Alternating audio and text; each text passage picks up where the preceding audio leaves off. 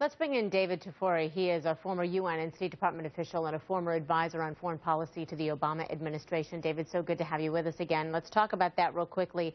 What kind of influence do you think Mayor de Blasio can bring to this?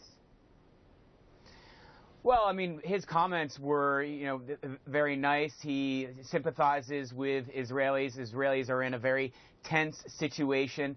There are a few things that need to happen to help calm down the situation in Israel. Mahmoud Abbas should condemn these attacks. He has not done that yet. But he also does not speak on behalf of all Palestinians, especially Palestinians in Gaza. So that is not enough. These are lone wolf attackers, meaning they are not organized by the Palestinian leadership. It seems they are getting their idea to do this or being encouraged to do this through the internet, through social media. I was in Gaza and in the West Bank a few years ago. Internet connectivity in those places is very high for the Middle East. That can be a good thing. It means Palestinians get access to information other than the information their leaders give them. Also, Palestinians can also use that to be gainfully employed. However, it also has negative consequences, and we see that here. The people who are encouraging these attacks are preying on the hopelessness of Palestinians. These acts are cowardly acts. However, it's still appealing to some Palestinians. We need to also stop that. All leaders in Palestine need to encourage the people not to engage in these attacks. You know, we're talking about Secretary John Kerry, Secretary of State, who is supposed to, we understand, be meeting this week with Prime Minister Benjamin Netanyahu. Palestinian President Mahmoud Abbas, we know he's spoken to King of Jordan, King Abdullah, of course, as well.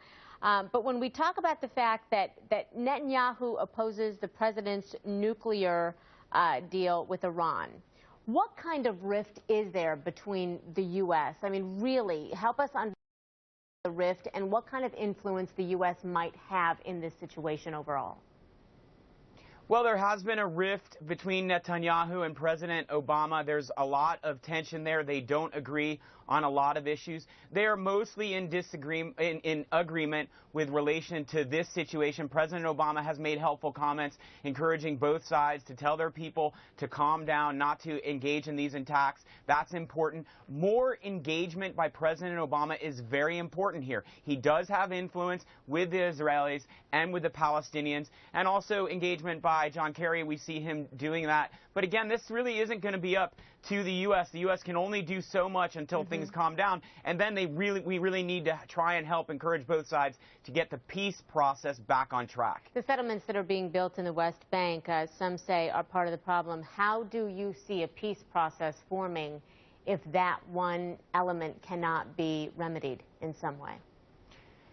Well, that certainly is inciting some of this, and it also really complicates the peace process.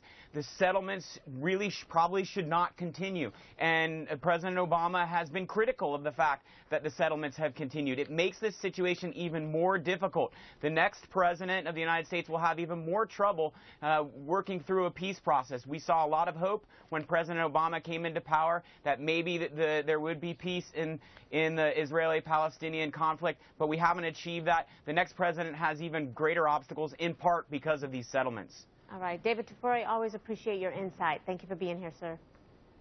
Thank you. How much money do presidential candidates need to remain viable in this race? We're looking at the latest fundraising numbers next.